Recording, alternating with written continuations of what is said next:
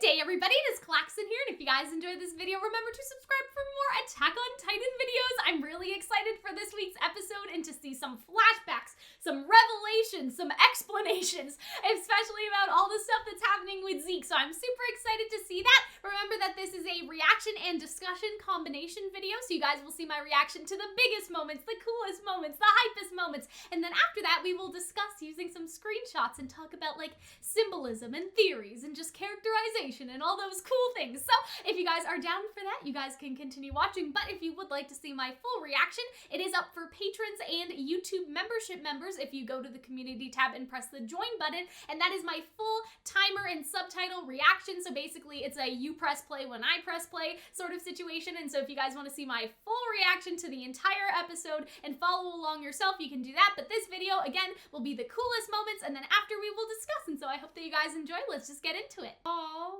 is this like their backstory? But then they found Zeke, right? Yeah? Oh my god, that's like actually interesting.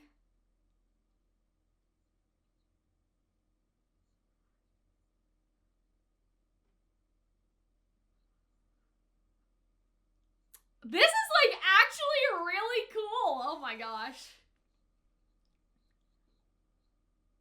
Oh, when he touched.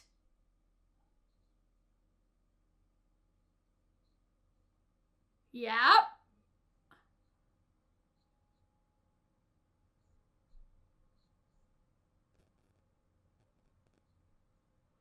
This is so cool. Oh my god. Yup. Yup.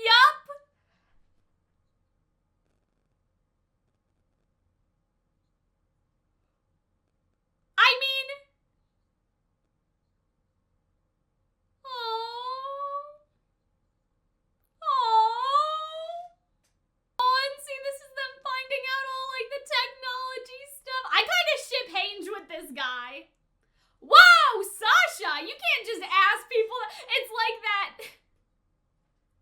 It's like that meme, like that. You can't just ask people the meme from Mean Girls. Aww, that's kind of nice. Oh. Oh, have they never had lobster? I guess they've never been by the sea, right? They've never like been able to go this far to have seafood. Oh my god, this is such a nice episode. Oh wow, so see, this guy, he's not resisting anymore. He's like joined, I guess. I mean, I don't know how much choice he has, but like, oh, maybe we'll find out. Maybe he's like, why do I love her all of a sudden, you know? Oh, because yeah, I think he did have like a crush on her. Well, they were partying. Oh, I don't know if this guy has like Stockholm syndrome or what, but I think he actually like started to like her.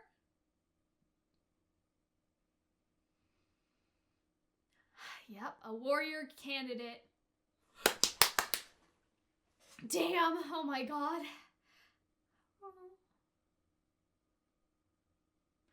Oh no, you were more to her than that, we know. Oh. Why is this so emotional?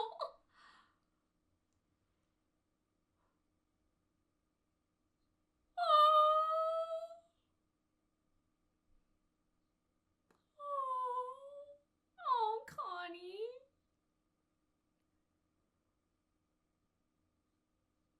Oh,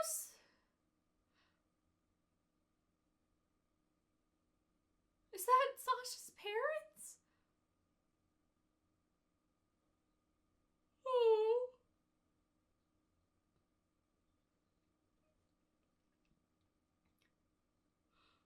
Oh.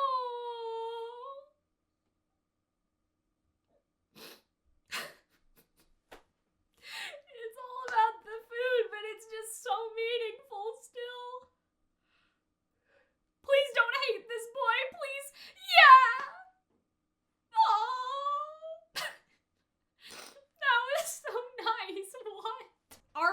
struggling with the hard choices. Oh, yeah, he is talking to Annie! Come on, Annie, get out of there! Oh my god. Come on, don't you think it's time to wake up and stop all this? Oh, Mikasa.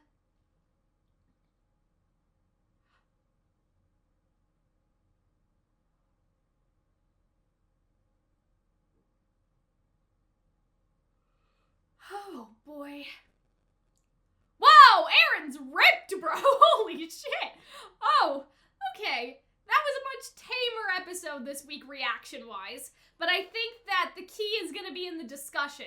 Alright guys, let us get into the discussion now. This episode wasn't as like crazy as previous weeks, but it makes sense, right? Like this is like the calm before the storm again. Like it's almost like, I feel like that in narratives, like things go up, and then they go down. And in a consistent narrative like Attack on Titan, where it's like a book, for example, right? In English class, you may have learned like books have a beginning, a climax, and an end, right? Like very straightforward like that. But with Attack on Titan, because it has different arcs, it's not like one like singular book, right? It's kind of like a bunch of little books, right? And so I feel like that this is the beginning of the next book, so to speak. And so we sort of have those like up and down moments. My mouse is trying to run away from me. Yeah, so we have those like whee moments, and we were just like at the top, and now we're getting back to the calm, and I feel like that's a good thing, and there's still a lot to discuss and analyze here. Also, I just want to talk about my hair for a minute, and I know that that sounds so random, but some people are probably thinking like, oh, she knew Annie was gonna be in this episode, why would she dress like that? And it's like, no. But it's funny because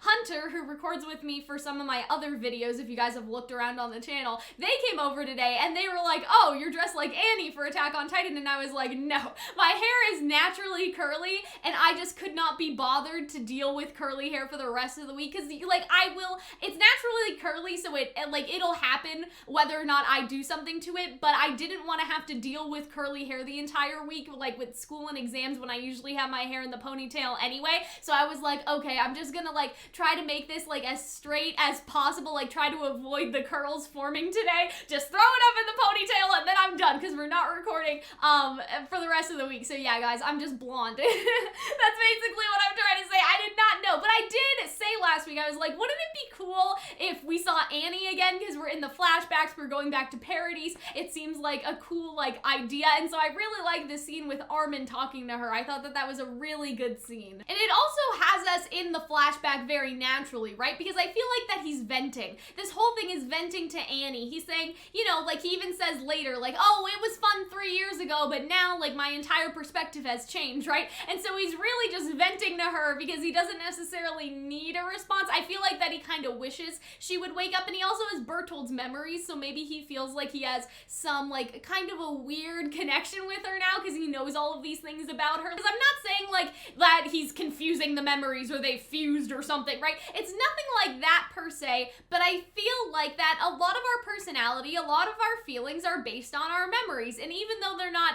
his memories, I feel like that Berthold's connections with Annie and what he knows about her did, in a sense, transfer over to Armin. Like, what are we as people if not, like, other than, like, genetic stuff, what are we as people if not molded by our memories and the things that we have experienced in this life? So it kind of makes sense that Armin would be in some way changed by having access to Berthold's memories. So we have this scene with the ship, pretty self-explanatory. There was already a team that went ashore and they got kidnapped, right? And so it's just sort of happening again over and over again throughout this episode. More Marleyans get kidnapped. And then I noticed in my reaction, I was like, oh, the girl's there. So that sort of set that up, and I thought that that was cool as a background detail, because now we obviously know that she's a follower of Zeke, so we can keep an eye on her in the background. Look at this guy. This guy looks almost suspicious or angry or something. And I love this because Eren's just like, let me borrow this for a second. And he just brings the boat to the shore. Like, I thought that that was such an oddly funny scene, and I really like this scene with Hange. It was just like they did some like very nice comedy bits here, and I think that the chemistry between like Hange and Levi, especially in the interrogation scene, and then Levi and Zeke, like it's just so good. Like with Levi and Zeke, it's antagonistic. With Hange and Levi, I wonder if anybody ships them, because I could definitely see that, but it's just so refreshing to laugh after all of the sorrow that we have experienced, to really get to enjoy these characters characters again. This is interesting setup for, let's just call this guy Nick, okay? It's interesting setup for Nick because he started out obviously as a captive, he's still a captive, and I wonder about like the Stockholm syndrome of all of that, right? Because it's weird, because later Armin's like, yeah, we worked together and we came to an understanding, and I'm like, but aren't they being held hostage, right? Like, Hange is talking to the engineers, and it seems like they learn to like each other, but I'm also like, but they're captives. So that part confused me, because obviously, like, the followers of Zeke are doing this of their own volition, right? But did those other people convert to following Zeke too, and they're doing it of their own free will? And I'll point to, like, who specifically, but, like, this guy, right? Like, does this guy know what's going on with Zeke? Because he says, like, still later that he's a captive, right? So I sort of wonder about that, and, like, the engineers and the people that show the tech to Hange later, I'm like, but they're captives, so did they really, like, oh, we understood each other as people, and now we're working together? Or is it just like, yeah, they have no choice, or they'll just be killed? And so that's what I'm curious about. I think it was a little unclear for me whether all of the Marleyans on the island decided to follow and believe in Zeke for some reason, right? Like, they converted, or they're still being held captive. Because I think it's complicated feelings, right? I'm like, again, does this man have Stockholm syndrome? Or, like, did he really love Sasha? And I think that he could still have loved Sasha, but also been a captive in a sense. Like, it's driving home that theme that not everyone is bad, and it's more so the system that is bad. And that, in this case, is the system being perpetuated by, like, the royalty and stuff to keep them captive and everything. And we see that kind of later in the episode, how they're all pointing the guns at the Marleyans, even though the Zeke girl, whose name, like, a pronunciation is eluding me. It's a pronunciation. I know her name in my head. But yeah, I think Yelena, so Yelena is like, hey, we've been nothing but friendly to you this entire time, right? And so it's the system, like, that is coming down on them. The system is the oppressor, but I think that Nick could have genuinely gotten close to Sasha because Sasha didn't treat him that way. We see that later when Nick is being kicked down by that officer, right? And then Jean and Connie help him. It's like Jean and Connie don't see him as, like, a captive or whatever. They kind of see him as, like, a friend. And so it's an interesting commentary on how the royals in, here inside of the walls are perpetuating the same sort of system of, like, having these captors and forcing them to, you know, do whatever.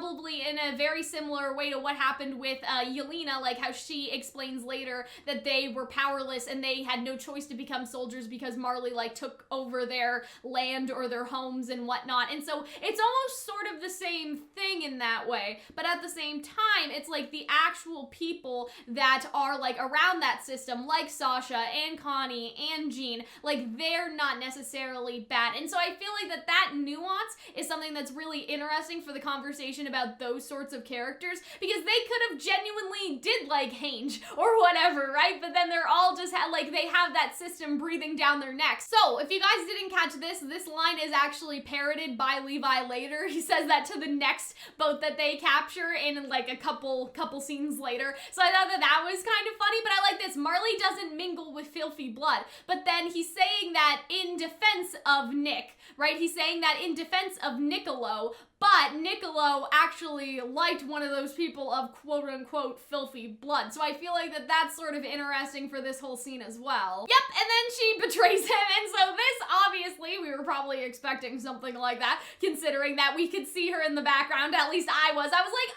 oh, she's there, so she's gonna do the things. And so that was, like, really, really interesting, but it's weird because they just, like, happen to be in the right place at the right time, and I don't necessarily mind that so much. I mean, obviously they came here with the intention to maybe, like, get on Paradise and then get inside of the walls, like, plead their case about Zeke, right? But this was, like, more convenient for them, I guess. I'm not gonna say, like, oh, like, you know, this is, what do you call it, like, a plot contrivance. I'm not gonna say that. It's lucky, for sure. Like, it's a little bit lucky for them, but at the same time, like, they would have gotten to their destination like one way or the other. It's just that they have an opening because Hange is just like, hey, like, wanna come be friends with us? And she's like, sure, right? And so that was an opening for them, but I'm sure that they would have found another way. So I don't really see that as like a plot contrivance type of thing. And see, she even looks surprised because she's like, what? Like, we didn't expect them to actually do that. And Levi's just like, what? And so I really liked this scene because again, like, this is what she came here for, but she probably didn't think that it was gonna be this easy. And like I predicted last week, they are still trying to hurt us as we see Sasha, Connie, and Jean. And I kind of knew this was gonna happen. I was like, oh yeah, now that she's dead, they're definitely gonna showcase her relationship a bit more. But like, it's kind of nice in a way. Like, even though it's sad, it's also a little bit like cathartic to know that Sasha is gone in the timeline of the show, but at the same time, you can always, like, as a viewer, revisit those times. And the flashback, in a sense, is revisiting those times. Like, there's still more Sasha in the narrative, even if it is through flashbacks. So that's like a nice little solace, I guess. See, we even have like Mikasa with them too, and like, I just really, really like this. But their willingness to share information is unbelievably lucky for us. And so that's what I'm thinking, right? Like, they just happen to be here and happen to be sharing information, right? Like, it does seem suspicious, right? We stopped their landing by pure chance. And so that's what I'm saying too. And so I'm like, was there fate? I don't know, like, was there God, right? Like, we talked about this thing, okay? This thing about Falco in the very first episode, seeing, like, the flying soldiers and stuff. And we sort of had this theory, like, oh, Falco is going to inherit a Titan power in the future, but somehow he's seeing visions in that present. Like, that was the whole thing. Like, that I thought that he was going to inherit, like, memories or something. Like, he's gonna inherit some Titan power from somebody, and what he was seeing was almost like a premonition of the future, even though he didn't have the memories yet, which sounds really, like, stupid. Kind of sounds stupid and a little confusing, but I'm like, if that is possible, like, if that sort of, like, fuckery is possible, like, I would categorize that as magic, and we do talk about God, so I'm like, are some things, like, fated to be? Is there manipulation in all of this by some unknown God? Like, I don't know. Eren, like, saying that it was, like, all luck and stuff like that, like, I feel like that there's something going on with that. I really like this. I love their dynamic. I love Levi being like, her, like, Levi's all grumpy, but she's just so fascinated, and I just love that. I just love this whole conversation. We get some info. I don't know if we knew this already, but if we didn't, now we do. And I really just, I just love all of this. And I love just her reaction to, like, Ariel, like, what does that mean? Like, it's, oh my god, it's just so good. And I just love that, like, don't freak out or they'll think we're weak. And then she's like, I know. And then they explain it, she freaks out anyway, and Levi's just like, and he kicks her too, like, at one point, and I'm just like, I love this buddy cop dynamic. So then they talk about why Marley hasn't attacked. And they say for two reasons. One being the pure Titans released here, right? There's a bunch of Titans, and so, well, there aren't any more, and we'll talk about that, because I think that that's sort of cool. Even with the latest weapons, they would hinder a land assault. But then they figure out, like, hey, if you guys are all the way out here, you must have killed them. And I'm assuming that that was with Armin's help, right? Like, I'm assuming that having Armin as a colossal, it was probably so much easier to get outside of the walls. I love this line. They were used as a tool to confine Eldians within the walls, but in turn, they protected Eldia from invasions. I think that in this case, they're talking about, like, naval and ground more so, right? Because obviously, to get to Paradise, like, to get to the walls, people have to, like, walk unless you are on one of those blimps, right? And so basically, reason one is, like, even with the latest weapons, like, our soldiers couldn't just gun down every pure Titan that they see in here. Like, that's not great. But I love this. I love that, like, oh, they've protected Eldia even though they've harmed Eldia. Like, I thought that that was, like, I mean, Levi says that it's funny. I think it's ironic. I think that that's great, right? And that's such a big theme of the show, is that sort of Uno reverse card, right? Like, Marley thought that they were doing X, but really, them doing X is what allowed for Y, right? And so again, this is the confirmation that they killed all the Titans roaming around. Again, I feel like with Armin, that was probably easy, right? And then they're like, uh-oh, like, they're already finding stuff out, but I love this. Like, no, it just blows away my expectations. Like, I feel like her opinion is, oh wow, they're further along than we thought. Maybe Zeke's plan can actually go through. And the second reason, currently Marley is at war with multiple nations. They can't be bothered with Paradise, right? Because, like, there was the warrior unit, so that wasn't great. You captured some people, that that wasn't great. And so the enemies took the opportunity. And so we get that little background on the war, and I thought that that was really interesting. Because again, the rumbling isn't mentioned, but the entire world knew that in the first place. Like, the entire world knew that was what was stopping them from making some progress. And so I feel like that these answers are sort of like new answers or new explanations, but now we have to keep in mind that reason one is over, and then the second reason is over too, because Marley's war is over. Right now, everyone is going to unite as Willie planned to come here to Paradise, right? Because Willie's whole thing was like, hey, if we can get all the nations mad, we can all fight together against a common enemy, and so that is what's happening now. I think that this scene is really interesting because it not only shows how Eldians have been harmed by Marley, I mean, we've seen that for the entire show, right? But it also shows how other nations or other countries were also harmed by Marley as well. I just like the shift in facial expression here. Like, I felt that that was a really somber scene for this reason. Like, when you think about what they have went through, like being taken from their families and forced to be soldiers for our country that basically like took over their home. Like, how can you fight for a country that hurt your people? And so I feel like to some extent it would be expected that they would want to side with Zeke, that they would feel some sort of connection with the Eldians in that way. But at the same time, that's also what makes characters from other countries despise the Eldians as well, because I think that some of the people from those other countries think that Eldia, like everything that happened, is responsible for Marley having the power that it does now, and that in turn has caused the destruction to their homes. But see, I think that these two see it how things are, because you can't blame the Eldians for their power being basically like used by Marley so Marley can continue oppressing people, because that's really what happened, right? Is that Marley basically took a hold of all these warriors, right? And it's like, hey, well, if you don't fight for us, you're gonna die. That's basically the situation with the cadet system when you think about it, because if you were like, no, I don't want this, like say, I don't know, like say Reiner, right? Like Reiner was like, no, I don't want this. Like say he was born with the power, right? Because Marley seems to be in enough control that it like passes down through like eating people, like what happened with Gillard eating Ymir and everything, right? But say like Reiner was born with Titan powers, let's just pretend, because that is something that happens apparently if the Titan power is like lost, right? Or if a Titan dies and like the other Titan doesn't like eat them or whatever. You guys understand what I'm saying, right? Like if that happens, you guys in the comments have told me that it just goes into like a newborn Eldian anywhere in the world, and say they found that Eldian and that was Reiner, and they were like, okay, Reiner, you're gonna work for us, and Reiner was like, LOL, no, right? He can't do that, because they would be like, oh, okay, well, we're gonna let another Eldian eat you. Like, there are tons of Eldians, there are tons of cadets,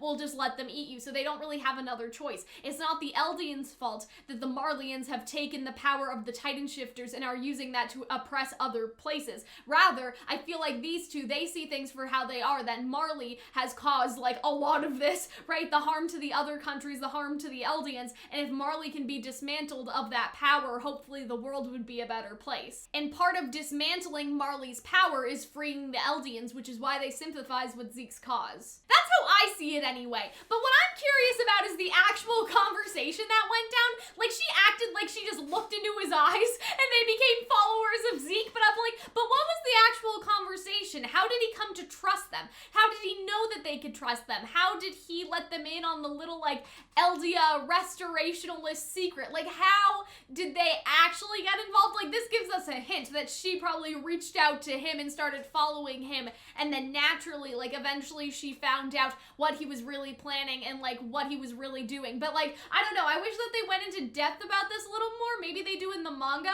but it's just like, it was love at first sight. I've been following him ever since, but like, how did he come to trust you? We're the anti-Marleyan volunteers. Our goal to free the Eldian people. And so again, they're not Eldians themselves, but they recognize that the only way to take down Marley is to also free the Eldians. Love this shot. This was a nice shot. I don't really have anything else to say about that. I just thought that it was a nice shot. And so then they read off like all of Zeke's plan and his requests and everything to the royalty, to the council, to all of the other like military soldier people, right? You see like these people, you see like the royal people, I think like the royal military, I think that they're in there. Obviously the scouts are in there. Is that Floch in the flashback? Because he was much better looking. And so you see, again, like, Historia's here. That's great. Okay, is this the time for me to talk about Historia? I may get to that in a minute, actually. But yeah, they're basically like, this is a bunch of bullshit, right? And so I just like how this entire scene plays out though,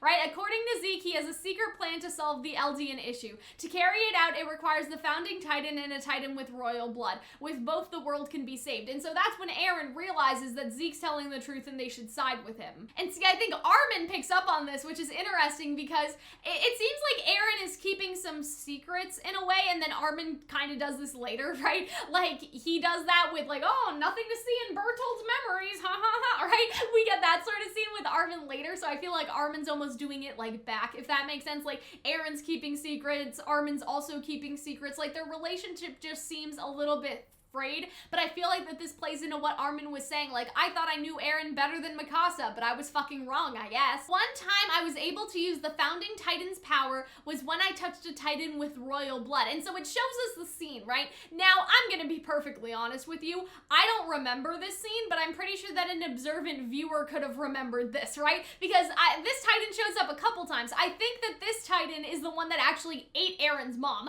So, like, that's one. I'm pretty sure that this scene actually took place in the show, so this is like a piece of foreshadowing, I think. Like a piece of foreshadowing if you started to catch on to it, that something like happened here that didn't like usually happen to Eren, right? But I personally do not remember this very well. It has been a long time since I've rewatched the previous seasons, and I feel like they know that, and that's why they showed that. Like, obviously I knew that this was the Dynafritz, like, titan, but I didn't remember, like, this thing actually happening with, like, the titan punching situation and all that stuff. Zeke, Dinah's son, must have figured out a way to exclude the vow of renouncing war. The one single hope remaining for us Eldians, to wake the millions of titans sleeping in the walls and activate the rumbling. And so that is really interesting, because now obviously we know that Zeke and Eren are around, and so I wonder, like, what will actually come of that? Like, what can they actually do? So Levi asks, like, why did you keep quiet about this? Like, what? Like, why didn't you tell us this before? And then Eren says, I was concerned for Historia's safety.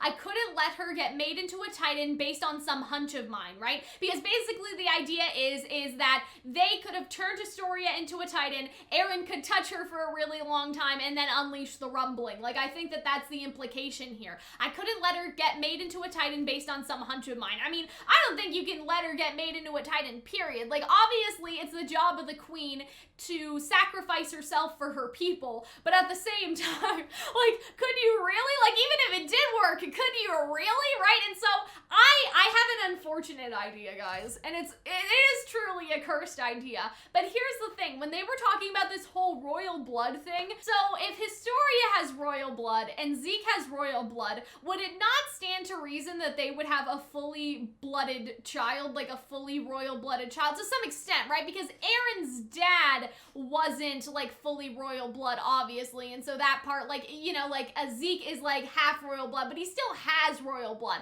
right? So basically what I'm saying is I feel like that something unfortunate could happen where Zeke and Historia like basically become like king and queen because they have royal blood and like they have like a child, right? Like there's an heir. And I feel like the long con of this plan could be for them to have a child, and then that child, like, grow up enough to be able to take, like, Eren's titan powers when Eren starts to expire, and then, like, you guys understand what I mean? Like, when Eren's time to go, and then you would have the founding titan back into a royal-blooded titan. So basically the thing is right now is that Eren is free from the curse but can't use it to his full abilities. Zeke doesn't have the founding titan power, but he has the royal blood. Zeke has come up with some sort of way for them to basically like link up together without being so directly connected that the curse would affect, because like say Zeke ate Eren, right? Like that's not really gonna help because Zeke would just be under the spell and like theoretically, right? And so I don't know how the child thing fits into like all of that. It could just be like something like after they do the rumbling, like you want the royal bloodline with the now broken curse to continue or something like that, and that child would have all the titan powers, like would eventually eat Eren. So I guess like that's my idea for like a long con theory, is that basically what would happen is that Zeke and Historia would have a child, they get all this curse business sorted out, they break the curse, and then when that child is old enough, that child would eat Eren and then inherit like the Warhammer Titan and the Founding Titan, the Beast Titan. Like basically that child would inherit all of the Titans, and then that would like continue to be passed down in a way, and that would protect the Eldian Empire because nobody would bother them anymore if they had all of the Titans. And if the other nations didn't have the Titans like Marley, and Eldia had all of the Titans, like basically, like, you know what I mean? I mean, that seems like a setup for just like War Repeat 2, because sometimes people get power hungry and one nation having all the Titans would probably like lead to other nations trying to like steal those Titans,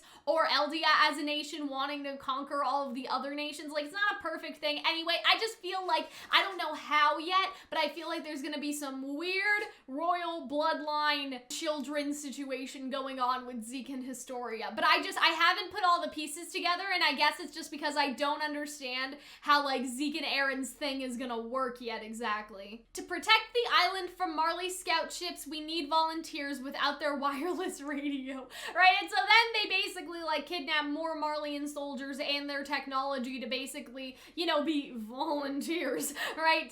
To work like against like the other like Marley soldiers that could possibly come one day, right? And so then they trick these guys. I don't know if we have to like go through that much. Welcome to the filthy island of filthy devils. You're gonna love it as long as you like pig piss, right? And so he throws the words of the first guy back at all these people because he thinks that like this is what these people think of them based on the previous interaction that he had before. It was fun back then. Certainly we Eldians are feared and hated by the world, by people across the sea whose faces we don't know. But not everyone across the sea was our enemy. So see, here's the thing about this. Like, I get why in this case, like, Hange and him are working together because he's, like, a part of the whole cause and stuff. Like, I really, like, I like this scene between them, but I'm saying, like, Hange and the other guys later, like, they're just captured, right? And so that was my whole thing, is like the other guys, right, that they like took out of those scout ships, like I don't think that they're your friends, they're just,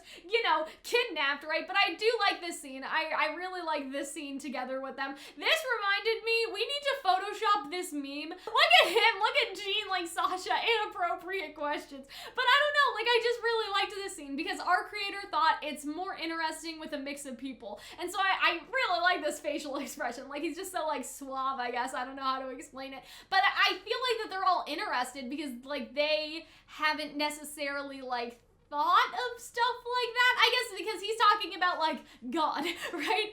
And like, I don't know like what God exactly. Like, I don't know if like Christianity and stuff like made it in this timeline of this like world and all that stuff. You subjects of Ymir are the same. We exist because we were wanted. Well, that's nice. The one who gave the founder Ymir power, God, right? And so he's like, God, right? But then I feel like he looks at her and then he starts sweating for some reason, right? And so he's like, well, that's what some people think anyway. Like, aren't we free to think what we want? And so I feel like that they had some sort of glance between them, and it was like stop teaching them about God. I don't know. It was kind of weird. Like, I wonder why he started sweating all of a sudden right there. I thought that this scene was so nice. Like, it occurred to me. I was like, oh, wait, they've never been by the sea, so they haven't caught any fish, so they don't know about seafood. Oh, and it was just great. It was just great. And I really like this, right? Jerks, if you don't like it, don't eat it. Eldians like you, and I'm sure he was gonna say, like, don't deserve this kind of food. But then Sasha just like, rah, and I really, really like this. I just really love seeing Sasha's character in this scene, especially, again, like, with what we experienced last episode, we're sort of going back. But it's also, like, this guy, right? Like, I feel like that's when this guy's opinion of them really changed, right? And so I really like this, and he starts to blush, and I think that he really liked her. And then they all start eating, like, and you even see him, he's thinking, right? And so I feel like in this scene, he's like, oh, wow, right? Like, he's experiencing something. He's no longer just a captive. I mean, he's a captive by the system, but he sees like, oh, like everything I thought about Eldians was kind of wrong because like this girl's like kind of cute and I feel very appreciated. Like, I don't know how to explain it, but I feel like that this is his realization that like, oh, like, you know, this is just human beings and like, I love her, right? Like, that's the sort of vibe. So let's talk about this. So again, like the Marleyan engineers, like they've been doing this stuff, right? They've sure been cooperative. And then Armin is like, it went bad at first since neither side trusted each other, but given enough time, if we set aside our labels and see each other as people, people, we understand each other. And I was like, okay, obviously, like, this guy is in on it, so, like, he's happy to work with them, but, like, aren't these people just kidnapped? Like, that's the confusing part about this, is, like, Armin's like, yeah, like, you know, we set aside our labels and we started to see each other as people and work together, and I'm like, are they not working against their will, or did they side with Zeke too? That's the confusing part for me. So Eren says, Armin, have you seen Berthold's memories? And Armin looks like genuinely panicked. So I think that there is something useful in there, but he just doesn't want to talk about it, especially like that, you know, Eren's been hiding stuff. Like, it's been a whole thing. Like, maybe there are some trust issues going on here. I don't know how to explain it per se, but I think that there are some things that Armin definitely sees as helpful, but Eren would not like to hear. I guess that that's the best way to say it. Like, I'm sure that there aren't, like, military secrets that Armin's withholding. Like, I'm sure that, you know, anything of, like, genuine value, like the warrior cadet program, like, I'm sure that Armin, you know, could have spilled the beans about that. I mean, Yelena kind of already, like, you know, talked about the military and probably gave them that info, right? And so it probably wasn't a big deal, but I feel like for Armin, it's like, oh, I see things, but I don't think that you'd like to hear them, right? I feel like that's sort of the idea, that there's helpful things, but it wouldn't necessarily help. Like, it's like, do you really want me to respond if I don't give you the answer that you're looking for? It's kind of like if I was like, guys, like, do I look nice today? Like, if you guys were like, no, Cal, you look like shit, I'd be like, well, no, you weren't supposed to answer with that. It's like saying something nice or not saying anything at all, except in this case with Eren and Armin, like, the thing that needs to be said, like, maybe something that Eren needs to hear. And then Armin talks about the theme of the show again, like, in a strange way, right? He's saying, is using the rumbling to protect the world the only way to protect Eldians? Then we will be the devils that terrorize the world. Like, before it comes to that, can't we talk? If we can fix Marley and the world's misconception. And so we'll unpack all that, but first, I feel like that Armin is basically hitting on the themes of the show again. That's sort of like, hey, like, we are enabling a cycle of turning more children into monsters. Like, he's basically saying we'll be the monsters that they think we are. That's his whole thing. And we see that trend with, like, Gabby, right? Like, Reiner turned Eren into the monster he is today, and Eren is now turning Gabby into the monster that maybe she will be today, right? And it's that continuous cycle. And so Armin is kind of saying that as well. Like, if we do this, will we not just be the monsters they all already think that we are? And I don't think that Armin's perspective is wrong, but I think that it may be naive, right? If we can fix Marley and the world's misconception, because, like, I don't know how to explain it exactly. I think that Eren's being a little angsty, but Armin's not wrong, but at the same time, like, I feel like that the world, to some extent, already, like, knows. I think the thing about the world's misconceptions is that I'm sure that there are people that genuinely think that the Eldians are dangerous, right? Because they have been pumped since birth with propaganda after propaganda and whatever, right? Especially the Eldians that are on the island specifically, like the Island of Devils, right? But to some extent, we also have to recognize that there are people that don't genuinely believe that, but instead are using that as an excuse or a scapegoat to oppress other people. Do you guys understand what I mean? Like, I don't know how to explain it that well, but there are people that know that this is not entirely true, or like the people that are making the propaganda know that they are exaggerating to keep the world in fear, so the world will, like, cower and join with Marley against this common enemy sort of situation, almost like what Willie was saying, right? Like, there are the people that are pumping out the propaganda are doing it solely because they want control. Let's use a real world example, okay? If you look at, like, a propaganda or whatever, rhetoric, whatever you want to call it, about, like, oh, like, immigrants are taking our jobs, like, in any country, not just, like, in the case of the US, but I know in England, like, a lot of people say that about, like, I watched this YouTuber and she's Polish and she's talked about, like, experiencing that sort of, I guess, xenophobia, right? Like, that from, like, English people, like, oh, like, people from Poland are coming here and taking our jobs, like that sort of like rhetoric, right? Like when you think about it, it's much easier for these people in power, like whatever you want to call it, politicians, people with money, like the, you know, to point the finger and say, see, like they're your enemy. Like these other like common people who are just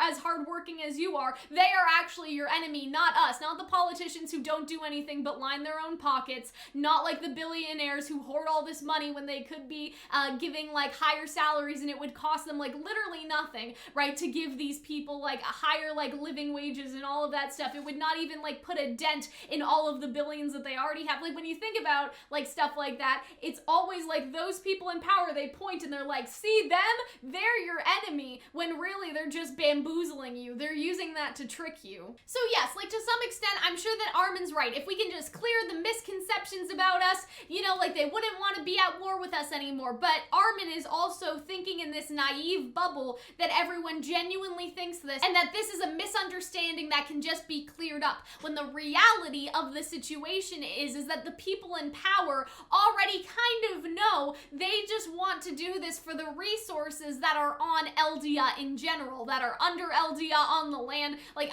again, I bring this up every single time, but wasn't there something about like oil or something like under Eldia, and that's why they wanted to go here? They wanted to drill for resources, or like even just mining stuff, maybe not oil. And so that is basically what I'm saying, is that they're like, these Eldians are dangerous, we gotta go to Paradise. But really, like the only reason why they're going to Paradise is because they want to get rid of the people that already live here, take the land, and drill for more resources to make their armies and everything like more powerful so they can oppress more people. So that's the thing, like to some extent, it is not a genuine feeling. Like it's not a genuine fear in some cases. Like what Armin hasn't thought about, I guess, is the people who kind of know, but are just like, we're gonna use this as an excuse. We're gonna use this as a reason. We're gonna use this as a scapegoat, because if we can have these people constantly like live in fear, they will do what we say, and then our actions will be excused, because it's like, who cares about us like colonizing and taking the resources from this island anyway? It was just a bunch of Eldians, right? Like they are also using this not because they genuinely believe it, but as an excuse for their own actions. So it's like, yeah, you can unbrainwash people, but at the same time, you can't unbrainwash people who weren't necessarily brainwashed in the first place. They just don't care about reality because the lies fit their narrative better for the, like, the oppression that they want to cause, or the resources that they want to get in the oppression, or the violence that they want to use in order to get those things. Eren's being a little like, ugh, right? Eren's being a little frustrating to me,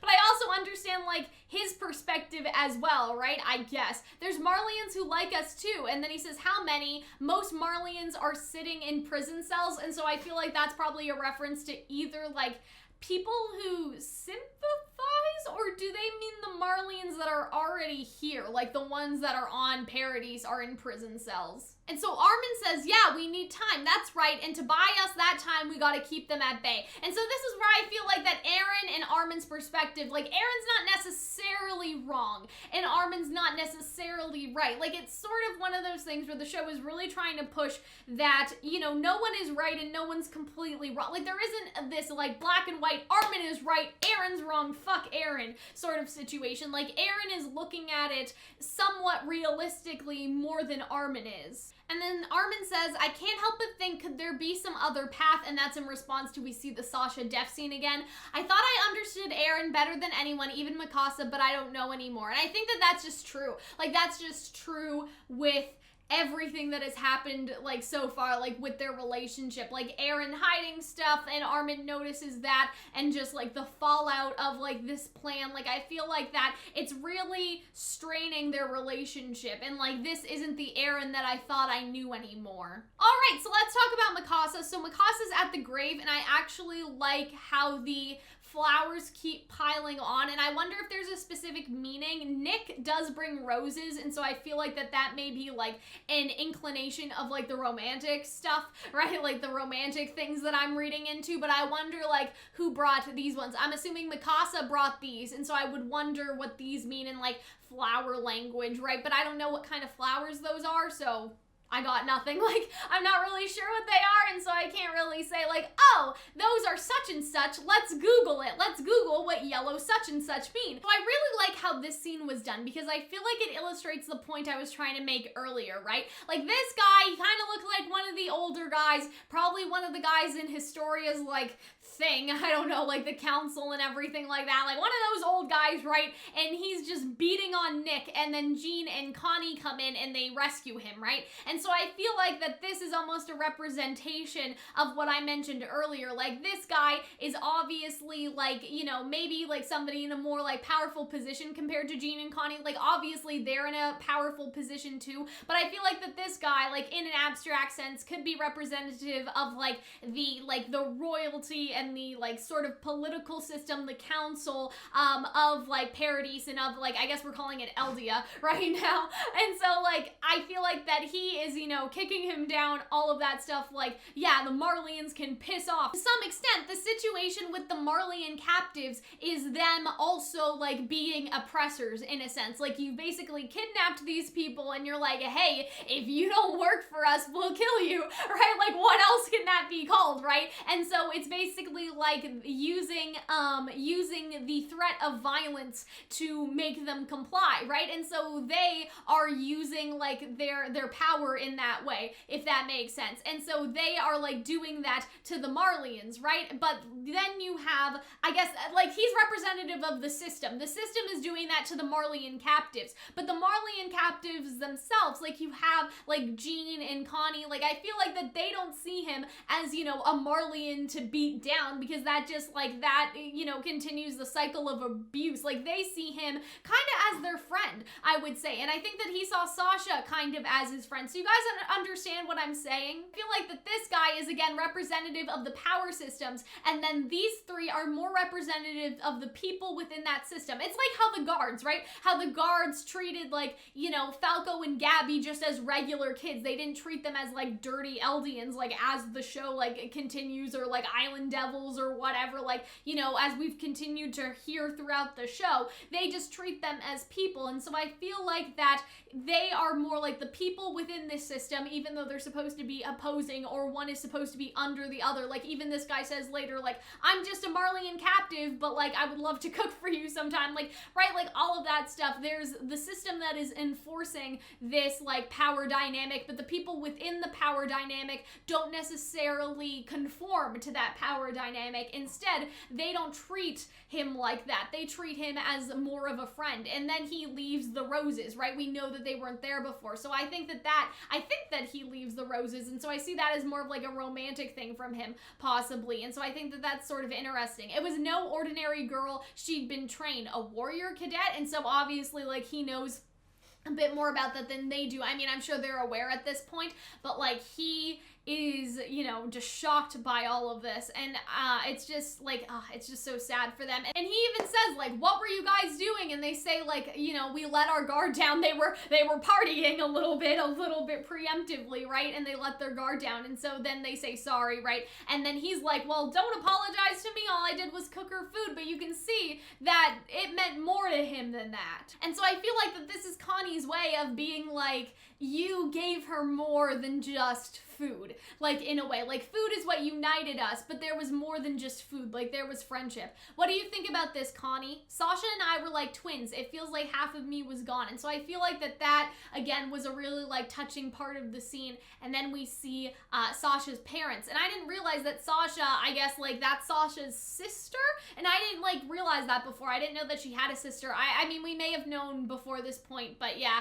And then they leave these flowers. Again, I know these are lilies, but this specific color, well, we could actually look that one up. Why don't we look that up? Okay, so this says, why are lilies the flower of death? As flowers most often associated with funerals, lilies symbolize that the soul of the departed has received and restored innocence after death. And then I also looked up like what pink specifically stands for, because they look pink to me. Stands for love and admiration. And so that is the meaning that I got from those flowers. I looked up the of white roses just because we're here, and it says that white roses often represent purity, innocence, and youthfulness. White roses are sometimes referred to as bridal roses because of their association with young love and eternal loyalty. And so white roses can also symbolize a new beginning and everlasting love. So again, right, it's up to interpretation. There's no like hard science in what all the flowers mean or anything, but I would see that like that was like young love, right, for him. Like maybe that's the first girl that he ever loved, and maybe like he'll never like find someone to replace Sasha. I mean, I don't know. We just met this guy, right? I don't know his whole thing, right? But that's kind of interesting when you think about it. And again, this is representative that even though they are under the system where they are captive and it's the Eldian military that's calling the shots in this case, this is representative of breaking through that system and just seeing each other as people, as equals, and then coming together, shaking each other's hand, right? And so I really like that message. So I like this scene with Zeke because Zeke is like, you guys are calling it a victory. Isn't ignorance a scary thing?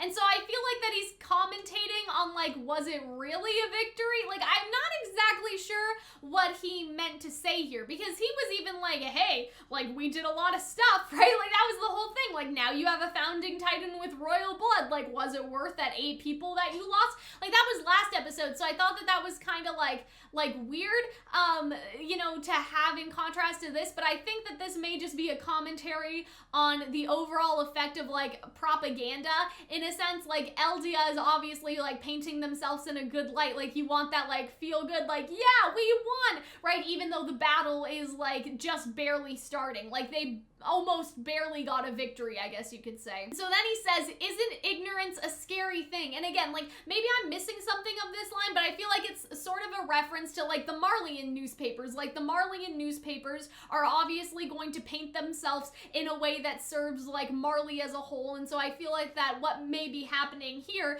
is that like the Eldians are kind of doing the same thing. Like you're printing the story that paints like them as like victorious, so they instead, almost like the opposite, right? Like if Marley prints a paper like, hey, we were victorious over such and such, all the people will be like, well, aren't we glad to be citizens of Marley? We're safe, right? Like that sort of propaganda. I feel like it's almost the same thing here, where it's like, oh, we have nothing to worry about. Like they got a victory over the Marleyans. Us as Eldians in here, we're okay, right? We're safe. It may sort of be like that, like propaganda in order to like subdue the people or to like almost like quell the fears of the people, because if they actually reported on what happened, that would make people like worried and concerned. And so I feel like, isn't ignorance a scary thing? It's the reference to like ignorance is bliss. Like they're keeping the people of Eldia, or I guess the people of Paradise, again, I'm not sure what we're calling them, but like the people here, they're keeping them under a certain level of ignorance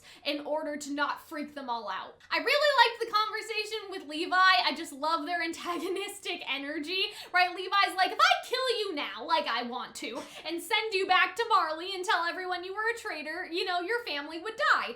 But, you know, if your plan is real, I can't wait to chop you up until later. And so I really just like that. Like, either I'll kill you now or I'll kill you after our plan succeeded. See, this is what also confused me during my reaction, because it says, but don't I get to meet Eren first? I guess, like, because I was like, oh, is this in the past 3 years ago? Did Zeke come and then leave, and then now, like, obviously with the blimp, he's back again and everything? But I feel like that this is in the present, especially because they talk about Gabby and Falco later on, and so I feel like that Zeke is being transferred almost from somewhere, right? And so don't I get to meet Eren first? I feel like he means meet as in meet up with, like not like meet for the first time. Don't be in such a hurry, we got the finest hotel for you. So like after that was pretty funny, but we'll talk about that. This is all the Titan serum we stole from Marley, and then I'm just like, why are they like this? Oh, because they're kind of being held hostage. And so again, right, like they're exerting their force on them, like they're not really friends, right? We owe you so much already. We were ignorant, but you gave us hope. For us to suspect you, we're truly no better than devils. For 3 years, we've done nothing but show we're friends of the Eldians. It's unfortunate. The guns we brought were meant to give the Eldians freedom, and then they're all pointed at them, right? And they use the excuse that they're just trying to hold Zeke on a tight leash, that, you know, we'll let you guys out later when, you know, we vet Zeke and make sure that Zeke's not, like, pulling an Uno reverse card on us. Like, that's the whole thing, right? And so it's kind of like just sad how this has all gone, because this is basically what I'm talking about, is like, oh yeah, we learned like from each other and overcame our differences. Like, no you didn't, Armin. Like, at the end of the day, they were always still captives, and this is just reminding them of that. I love this because I can't tell if Levi was like serious or whether or not this was a massive troll. Like, where is Zeke actually gonna stay, right? Because I think the joke is like, oh, he's a Sasquatch, he'll sleep in the trees. But at the same time, like, is this not a little weird and dangerous too, right? Like, if he transformed right now, he could kill all of you, right? And so, like, I don't know, this whole thing, I think it's just for like the comedy of it, but like, Zeke's not actually staying out here, right? Like, I don't know. I thought that this was funny. Like, I don't know where this is going, right? Like, did Levi just bring him here to dunk on him, and then he's like, okay, well, let's go to the actual place we're going now? Like, I don't know. But yeah, I don't know. Hey Levi, think I could show Gabby and Falco this natural wonder? Whether or not they see the sights or not depends on you. So I feel like that maybe they're on the way somewhere and they just stopped. And he was just jokingly like, yeah, you're staying in here, right? And then they'll go back and then they'll keep on moving to wherever they're going. That's how I would read the scene. Then we see Falco, like, I feel like that he's looking disoriented and sad at this point, whereas like Gabby's still like festering with rage, and I thought that was really good. Eren would have done it alone. Whether we helped him or not, the worst would have happened anyways. In any case, we killed a lot of people. The Navy, Army, and civilians got dragged into it, right? And so they like continue to refer to the stuff from last episode and what Armin experienced. But unless that port was destroyed, Marley would have retaliated and attacked the island, right? So if Eren did it by himself and killed those dignitaries and those military, Marley would have used their, like, the port ships to retaliate and attack the island, and so they had no choice to like do the port attack as well, because if Eren had done his attack by himself, Marley would have responded faster, if that makes sense. Like, Armin needed to do. I guess this is him justifying, right? We killed any hope for peace, but we had no choice, just like you guys that day. And so I really love this reveal of he just wants Annie to say something, and I genuinely wonder, and I don't know if this has been addressed, if Annie is in some sort of stasis where she couldn't break out even if she wanted to,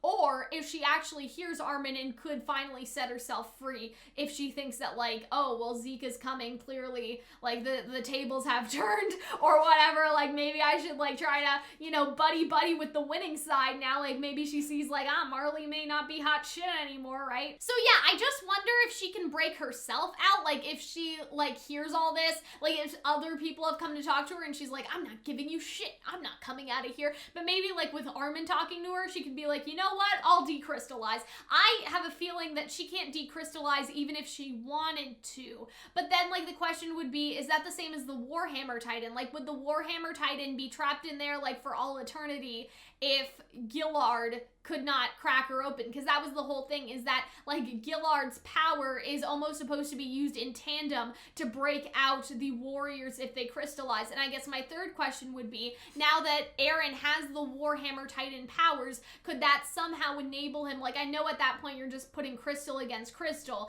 He doesn't have the jaw-breaking power that Gillard does to have broken out the Warhammer Titan girl. You know what I mean? Like, I don't think that that's gonna work exactly. But yeah, so those are my things. Like, could Annie break herself out? If not, could Eren, like, put crystallization against crystallization using his Warhammer crystal powers now? And then the third thing is that, like, does she actually, like, need Gillard for sure? I like this because I feel like that Mikasa is thinking back on everything, like, including her childhood. Like, that was the whole thing with what happened with Mikasa's family. Like, she had to kill those men or else she would have died. Like, all she's ever known is, like, fight or die, and then she says win and live, right? And so it's one of those things where it's like the strong live and win, or the weak die, and if you're too weak to fight back, you will die. It's one of those things, right? Like, I had to kill those men or else I would have died. Like, winning is what allows us to keep on living, right? And so I feel like that's been a big theme for her character and her history, and now she's really thinking on it, though, because she's seen the price of what winning and continuing continuing to live actually costs. So I feel like she's really thinking about that, right? And then Eren is thinking about the same thing. The only way to win is to fight. And so I feel like that they're both thinking about something very similar, right? Like Mikasa's thinking about, you know, the only way to win is to fight, and the only way to live is to win, right? And so I feel like that was really good. I think that Eren's gonna get a new hairstyle from this. I don't think he's gonna be like shaggy anymore. I think he may be a little ponytail like I have right now. Eren is ripped. That is Eren, right? So I'm just like, Eren's ripped, bro. Yeah, because he was like, you know, doing whatever this is, right? I think he's in prison too. I think that they locked him up because they did lock him up on the airship, right? And so I feel like that he's probably locked up as well. Like, just, I don't know, looking at where he is, he looks like he's in the dungeon. And like, Eren has been in the dungeon before, so it's not that weird. Without any allies on the outside, they must kill their enemies to live. And so again, like, we're getting into basically like the conclusions that Armin and Eren in a way have come to right in this episode, and Mikasa as well. I wonder what this is. Like, obviously someone is looking at the Omni gear, but I wonder, well, who, I guess? I don't know. Like, it's just, that's an interesting scene. We have Historia, again, very worried for Historia, having to, like, marry Zeke or something. Very worried about that. Is that the right choice or not? There's not a soul who knows, right? And I feel like that's the whole thing. It's, like, morally gray. It's like, what is the right choice? We don't know. Is there a right choice? Like, maybe there isn't a right choice. Like, and so I really like that. Who is this? Am I supposed to know? Like, I saw this man and I'm like, who is this man? But yeah, you guys let me know if I'm supposed to remember or if this is like, I don't know, some person we've never seen. Is this the right choice or not? Not a soul knows. I really like this scene with Mikasa. Like, I know people complained about her hair when she was first shown, but I think that the cut that they have for her, like, it's a little bit longer. I guess, like, it frames her face, like, a little bit better than when we first saw her, so I feel like that they really fixed that, and I really like that. I really like that as a final shot. So as for next week, I got nothing. I think that Eren and Zeke are gonna talk. Maybe something with Gabby and Falco will happen. Like, maybe they'll be like, well, if Gabby and Falco can't transform, they are just kids, so, like, let's, like, put them to work, like, sort of like how Nick is doing the cooking. Like, I don't know what Gabby and Falco can really do. Like, that could be an option, but at the same time, like, they're still, like, pretty dangerous kids, right? They're kids that have been trained for war, but so are the soldiers, right? And so it may be one of those things where it's like, hey, like, let's put Gabby and Falco with the other Marleyan captives, because at the end of the day, they are just kids. They can't Titan shift. It's fine. Like, that could be, like, a thing. Maybe that they'll see Zeke and that they'll be, like, converted. Like, maybe Falco will join their side, but Gabby will be, like, resistant. I would like to check back in on Marley, because I feel like that my theory from the other week about the commander and Gillard and, like, Colt are gonna be like, hey, they took our kids, let's go get them back, whee! Like, I feel like that's probably gonna be a thing, even if it's a more covert mission, right? Like, I talked about the commander being like, okay, like, let's go over there and check stuff out, I guess. And now they know that Zeke is a traitor. So I had another theory that, like, everyone in the warrior cadets would defect and be like, well, if Zeke was a traitor, he must have a good reason. Let's go check it out, right? At least go check it out. And so maybe, like, the entire, like, rest of the warrior unit will come back with the intention or the cover story of, like, we're gonna go get Falco and Gabby, but really they're gonna be like, Zeke, what the fuck, bro? And then maybe even join him. I don't know.